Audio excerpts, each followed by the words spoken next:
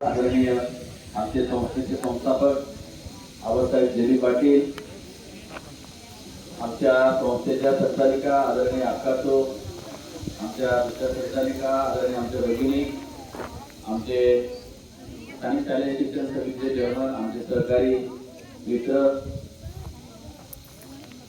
मित्रांनो, आणि या ठिकाणी आज खास करून निरोप देण्यासाठी आमचे सेवानिवृत्त Shri S S Patil sir आणि श्री एस जी बदाने सर यांना निरोप देण्यासाठी आलेले आमचे सेवानिवृत्त ज्येष्ठ बंधू जे डी चव्हाण सर आणि त्यांचा परिवार आणि माझे सर्व सहकारी मित्र आणि त्यांचे सर्व सहकारिणी बंधू आणि भगिनी. हा पूर्ण शांत बसा तुम्ही आता 2 मिनिटं. हो बरोबर सांगितलं. या शाळेचा इतिहास मानवर आहे. ज्यावेळेस या विद्यालयाची स्थापना करण्यात आली त्यावेळेस आमच्या संस्थेचे संस्थापक आदरणीय आबासाहेब जेली पाटील आणि आमच्या आम्ही ज्यांना विठ्ठल आणि रुक्मिणी मानतो असे आमच्या या ठिकाणी बसलेले आबा आणि अक्का यांनी ही संस्था जेव्हा सुरू केली आणि संस्थेमध्ये त्यावेळेस संस्था सुरू करणं म्हणजे सोपं काम नाही. माणसं रोजंदारी भेटतात पण शिक्षक भेटत नव्हते. त्यावेळेस आम्ही फक्त येणाऱ्या माणसाला देव मानायचो आणि जी माणसं आली, जी माणसं थांबली, ती माणसं या विठ्ठल रुक्मिणीच्या मंदिरातले नामदेव पायरीचे नामदेव झाले. कळलं? आणि विशेष करून विठ्ठल रुक्मिणीच्या मंदिरात जो येतो तो दर्शन घेऊन जातो. विठ्ठल आणि रुक्मिणी त्यांना प्रसाद देत असतात. तोच प्रसाद आमच्या अक्कांनी आणि आबांनी सगळ्यांना तो प्रसाद दिला. कोणालाही आपण हात केला नाही. अक्का बोलल्या मला अक्काने मला एकदम चांगली उपमा दिली. मला आनंद झाला की मला अजून काहीतरी शिकता येईल, अजून जगाच्या कानाकोपऱ्यामध्ये अजून काही आणता येईल तर मी आणण्याचा जरूर प्रयत्न करेन. कारण हा तुमचा मायेचा हात माझ्या डोक्यावर आहे. हा तुमचा मायेचा आशीर्वाद माझ्या डोक्यावर आहे. कारण तुम्ही सुद्धा एका कर्तबगार आणि कर्तव्यनिष्ठ अशा पदावरती नोकरी केलेली आहे. कारण राष्ट्रीय क्षेत्राचे चेअरमन वेगळे असतात, परंतु तुम्ही शासकीय सेवा केली आहे. आबांनी शासकीय सेवा केली. आबा एक विशिष्ट अशा मोठ्या पदावर होते. त्या ठिकाणी मोठे आर्थिक व्यवहार चालायचे आणि त्या ठिकाणी सुजलाम सुफलाम आणि सुसज्ज शिकलेले सवरलेले कर्मचारी होते. त्या कर्मचाऱ्यांचे आबा देखील एक मोठ्या पतसंस्थेचे मॅनेजर होते. कारण आबांना माहित होतं गोंट्यावर सुरू केलेली पतसंस्था आज 3 ताली इमारत मध्ये चालते आहे. ज्या पतसंस्थेचा आबांनी मला तर 950 रुपयामध्ये सुरुवात केली होती असं आबा मला सांगायचे नाही. कारण माझ्या सुरुवातीच्या नोकरीमध्ये आबांच्या बरोबर आबांची वायरची पिशवी मला आजही आठवते आणि अक्कांनी दिलेल्या पिशवीमधला डबा आणि अक्कांनी दिलेल्या पिशवीमधले पैसे आजही मला आठवतात. कारण आबा आणि कदम सर दोन्हीही आबांच्या सायकलला दांडा नव्हता आणि कदम सरांचं सायकलच नव्हतं. आमचे आम्ही 2 जण फिरायचो. आम्हाला 2 जण म्हणायचे, आम्ही सांगायचो की हे संस्था चालक आहेत, आबा सांगायचे मुख्याध्यापक आहेत. म्हणजे आम्ही दोघं एकमेकांचा 2 जण गेल्या माणसाजवळ प्रचार करायचो की हे संस्था चालक आहेत, आबा सांगायचे मुख्याध्यापक आहेत. कोणालाही त्याचं खरं पटेना आणि कोणालाही त्याचा भरोसा पटेना आणि तो भरोसा पोटी परंतु असू दे. माणूस जेव्हा काम करायला निघतो त्यावेळेस असंख्य अडचणी येतात. आबांना जीवावर देखील व्यक्ती होती, परंतु आबा डगमगले नाही. कारण त्या आबांना अक्कांचा पूर्ण पाठिंबा होता. आणि असं नाही की कदम सरांनी सांगितलं आणि आबा आणि अक्काने नकार दिला असं कधी झालं नाही. कारण अक्कांचा आणि आबांचा पूर्ण विश्वास होता. त्या विश्वासाला कळा न जाऊ देता आजपर्यंत या विद्यालयातून या संस्थेचे संस्था संचलित असलेल्या विद्यालयातून आज या ठिकाणी 3 व्यक्ती सेवानिवृत्त झाली. विठ्ठलाच्या मंदिरावरती नामदेव पायरीवरती जी जी माणसं दर्शना आली तशी माता तुळजाभवानी बहुउद्देशीय शिक्षण संस्था कलमाडी संचलित अगस्त्यमुनी माध्यमिक विद्यालय कलमाडी या विद्यालयामध्ये ज्यांनी पाय ठेवला त्यांचा पायाला सोन्याचा कण लागला आणि ती माणसं सोन्याची झाली. म्हणून एवढंच नाही, अक्कांना माहित होतं शिकल्याशिवाय पर्याय नाही. कारण अक्का देखील एका सुशिक्षित कुटुंबातून आलेला होता. अक्कांचे वडील कृषी अधिकारी होते. मित्रांनो, कृषी अधिकारी असताना देखील अक्कांचे वडील कधी कोणाच्या मोटरसायकलवर बसलेले नाही, मी पाहिलेलं आहे. त्यावेळेस मला वाटतं धुळे जिल्ह्यातले एकमेव धोटरवाले अधिकारी जर असतील तर अक्कांचे वडील होते. म्हणजे आणि एका मोठ्या गावातले होते आणि अक्कांचे वडील देखील एक इंजिनियर होते, मोठे एक भाऊ वकील होते. अक्का देखील सुशिक्षित होत्या. म्हणजे एक शिकलेली व्यक्ती काय करू शकते, एक शिकलेली व्यक्ती काय करू शकत नाही हे आपल्याला समजतं मित्रांनो. आणि सांगायचं तात्पर्य आहे, त्या ठिकाणी बदाने सर आले, एस एस पाटील आले, आम्ही सगळेजण जमा व्हायचो. जमा झाल्यानंतर आमच्यावरती फार मोठे मोठे प्रसंग आले, कठीण प्रसंग आले. सरांनी सांगितलं सिमेंटच्या गोण्या, सरांनी सांगितलं अपघात, सरांनी सांगितलं हे केलं आम्ही, ते केलं आम्ही, काय नाही केलं आणि आम्ही काय करत होतो आणि काय नाही केलं. बाकीच्या गोष्टी सांगायच्या नसतात, बाकीच्या गोष्टी करायच्या असतात आणि केल्यानंतर भगवंत निश्चित यश देतो. अमावस्याची रात्र होती, पायटन फुटली, रात्री लाईट आली होती, पाण्याची टाकी भरायची होती. अमावस्याची रात्रीला दगड घ्यायला जाईल कोण, तर माझा कर्मचारी इथं घाबरला नाही, कारण मागच्या जागेमध्ये थोडासा वेगळा प्रकार होता. त्या दिवशी देखील अमावस्याच्या रात्री माझा एक कर्मचारी दगड घ्यायला गेला आणि तो दगड आणला. दुर्दैवाने दगड आणल्यानंतर थोड्या वेळाने पुत्राने रडायला सुरुवात केली. तो आमचा हाताचा दगड हातात दिस होते ना, हातमध्ये धरता येईना. म्हणजे पहा, एवढे कठीण प्रसंग आले. शाळा बांधताना असेल, अनेक कामं, म्हणजे बऱ्याच गोष्टींमध्ये अडचणी आल्या, खूप गोष्टींमध्ये. अधिकारी देखील मानत नव्हते. शाळेची अनधिकृतची नोटीस आली म्हणजे गावातले लोक लगेच ती नोटीस दाखवत होते. गावातला आलेला आबांचा पेपर लोक आबांना दाखवायचे, तुमच्या शाळेला मान्यता नाही, तुमची शाळा बंद होणार. आबा लगेच धुळ्याला त्यांचे ड्युटी निमित्त निघून जायचे. चव्हाण सर वरांड्यावर बसलेले राहायचे. चव्हाण सर सगळ्यांचं ऐकायचे, पोटात घालायचे, सगळ्यांचं ऐकायचे, पोटात घालायचे, सगळ्यांचं ऐकायचे, पोटात घालायचे. आणि हळूच दिवशी आम्ही 5 वाजता शाळा सुटल्यानंतर आम्ही जेव्हा बाहेर जायचो, एका बाबाच्या झाडाखाली, एका लिंबाच्या झाडाखाली, दोन्ही झाडं सारखी होती मित्रांनो. बाबाच्या झाडाचा सुद्धा वास कमी येत होता आणि लिंबाचा वास सुद्धा कमी येत होता आणि बातमी कमी येत होती, काहीच बोल नाही. तर अशा वेळेस आम्ही दोघांनी विचार करतो, जाऊया सर तसं काहीतरी होईल, मार्ग निघेल, बघू. आणि आमचे बदाने सर नेहमी सांगायचे, काय घाबरतात, होईल जाईल ना. तर काही आपण का फरकाच येत का, तुम्ही गव्हासाठी फरकाच येतात का, होईल जाईल. म्हणजे ही जी माणसं होती, सगळी माणसांची शिक्षक नव्हती, ही माणसं मार्गदर्शक देखील होती. मी जरी मुख्याध्यापक असलो, एक मुख्याध्यापक काही करू शकत नाही, त्याला सगळ्यांचं सहकार्य असतं. कारण शासनाच्या विविध योजना असतात, शासनाचे विविध नियम असतात, त्या नियमांच्या पलीकडे जाऊन काही कामं करायची असतात. बरेच जण सांगायचे, तुमची शाळा नवीन आहे, तुम्हाला 4 शिपाई मिळणार नाही, 2 शिपायांना घरी जावं लागेल. हो नक्की, काही वांधा नाही. हो, एवढंच नाही, सिर्फ बदाने सर, त्याचप्रमाणे उर्वरितची टीम होती खालची, गवडे सर असतील, ती जी टीम होती. एका वरिष्ठ अधिकाऱ्याने सांगितलं की तू आता चुकीचं केलेलं आहे बाबा, तुझ्या शाळेमध्ये एकटी तुम्ही एसटी भरलेला नाही.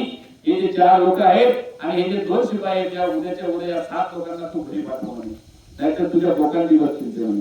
आणि तुझ्या बोकांडी बसून तुला कोर्टात फोडतील आणि तुला आणि तुझ्या संस्थाचालकाला जेलमध्ये टाकतील आणि तुमच्याकडनं पगार वसूल केला जाईल.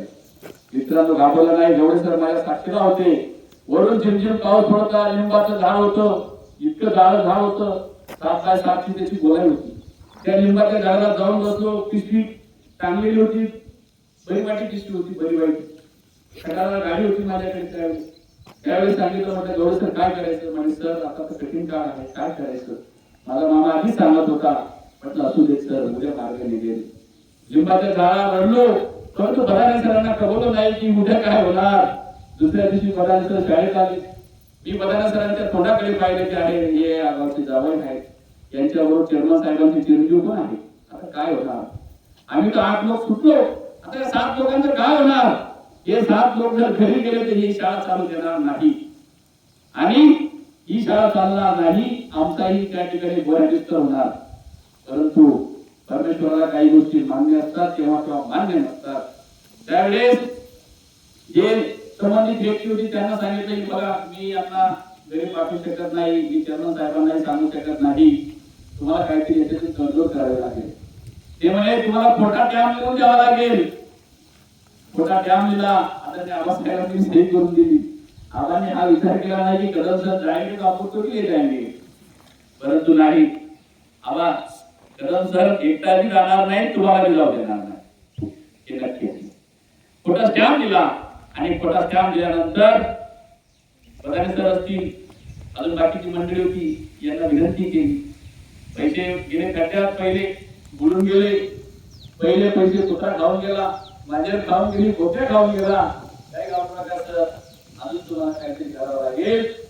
प्रधान सरांनी माझ्या समोर व्याजाने पैसे आणले. इतर सरांचे पण पैसे मिळाले होते, पंकजचे पैसे मिळाले होते, वारसरांचे पैसे मिळाले होते. तर प्रधान सरांनी व्याजाने पैसे आणले, अजून पैसे गोळा केले. अजून आम्हाला एका अपार एक हजार रुपये वाढवावे लागले.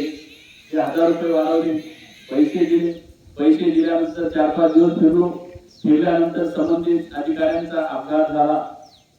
अपघात झाल्यानंतर संबंधित वरिष्ठ अधिकारी म्हणतो, सर साहेबांचा ऍक्सिडेंट झालेला आहे, तुम्हाला आता काही खरं नाही, 1-1.5 महिने अटकावं लागेल. रोज देवाला आराधना करत होतो, देवाला आराधना करत होतो. इथे चेअरमन साहेबांनी जर विचारलं तर काय उत्तर द्यायचं, काय सांगायचं? कर्मचाऱ्यांनी विचारलं तर काय सांगायचं? आम्ही 8 लोक पगारी होणार, हे 7 लोक घरी जाणार आणि आई वेळेस घरी जाणार. म्हणजे किती दुरावस्था होती, किती बिकट परिस्थिती होती. परंतु मित्रांनो, संबंधित अधिकाऱ्याला एवढं पटवलं आणि अक्का त्या दिवशी मला खासदारची बुद्धी सुचली की असं करावं लागतं प्रशासनामध्ये. आणि बुद्धी सुचल्यानंतर लगेच ऑर्डर आणली. ऑर्डर आल्यानंतर आबा आणि अक्का बसलेले होते. अक्कांचं घर त्यावेळेस नाजूक घर होतं, आबांचं घर नाजूक होतं, दिलदार मनाची माणसं होती, पण घर नाजूक होतं. तर दाखवली की अक्का ही ऑर्डर आणि आबा ही ऑर्डर बघा.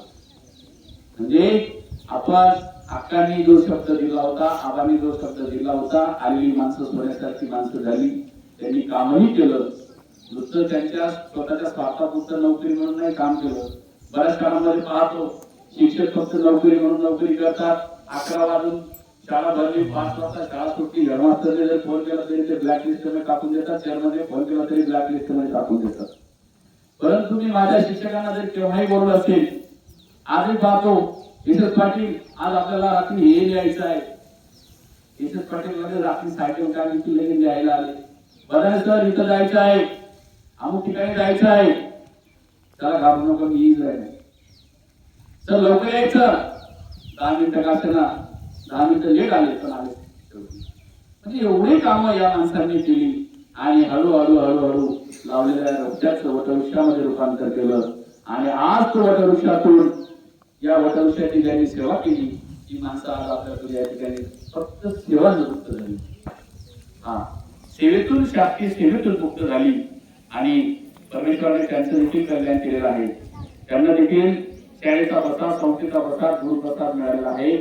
म्हणून सर मदाने सर असतील, एस एस पाटील सर असतील, तुमचं पुढील आयुष्य जे आहे सुखी, समृद्धी, आनंददायी, आरोग्यदायी आणि अजून तुमच्या हातून समाजाची आणि आमच्या संस्थेची देखील सेवा करू अशी मी परमेश्वराला विनंती करतो. आणि तुम्हाला आहे त्या परिस्थितीत परमेश्वराने सशक्त अशी बुद्धी देऊ अशी मी परमेश्वराला आराधना करतो. आणि या सेवेची, या संस्थेच्या सेवेची ज्यांनी संधी दिली अशा आदरणीय आबा आणि आदरणीय अक्का यांना देखील मी या ठिकाणी नतमस्तक होतो आणि यांना खूप खूप धन्यवाद देतो आणि यांचे देखील मनपूर्वक आभार मानतो. आणि सर तुम्हाला उर्वरित आयुष्यासाठी शुभेच्छा देतो, कारण आता आमचं काम थोडंसं अटकलेलं आहे. एप्रिल पासून माणूस घरी गेला पण पैसा नाही आला, मे पासून माणूस घरी गेला पण पैसा नाही आला. मित्रांनो, सगळं जग पैशावर चालतं, सगळ्या गोष्टी पैशावर चालतात. पण असो, तोही एक दिवस सुवर्ण दिवस येईल, काही घाबरू नका, कारण त्याच्यासाठी सुद्धा लढा तयार असतो. त्या लढ्यासाठी कदाचित माझ्या घरामध्ये माझं भांडण होतं, कारण तुम्ही उठले का चालले, परंतु नाही, मी जोपर्यंत माझ्या 26,000 कर्मचाऱ्यांना पेन्शन भेटत नाही महाराष्ट्रातून तोपर्यंत शांत बसणार नाही. कारण ती शब्द दिला आहे 26,000 लोकांना, 26,000 लोकांना शब्द दिला आहे. आणि ती 26,000 मध्ये छोटी मोठी माणसं नाही, खूप मोठी माणसं आहेत. आणि 26,000 लोकांसाठी सुद्धा माझा लढा कायम सुरू राहील. आजही मला बराच लोक सांगतात तुमच्या पोळ्याचं लग्न झालं, मुलाचं लग्न झालं, घरात सुनबाई आली, तुम्ही तो टोपीचा फोटो काही हटवला नाही फेसबुक करून. नाही, मला ज्या दिवशी पेन्शन भेटेल, माझ्या 26,000 कर्मचाऱ्यांना ज्या दिवशी पेन्शन भेटेल त्या दिवशी तो फेसबुकचा फोटो हटेल, तोपर्यंत माझा फोटो असणार नाही. त्या दिवशी माझ्या मुलाचा लग्नामध्ये काढलेला फोटो असेल किंवा चांगल्या कार्यक्रमामध्ये काढलेला फोटो असेल तो फेसबुकला येईल, तोपर्यंत टेन्शन भेटत नाही, तोपर्यंत माझी टोपीचा फोटो तरी हटणार नाही.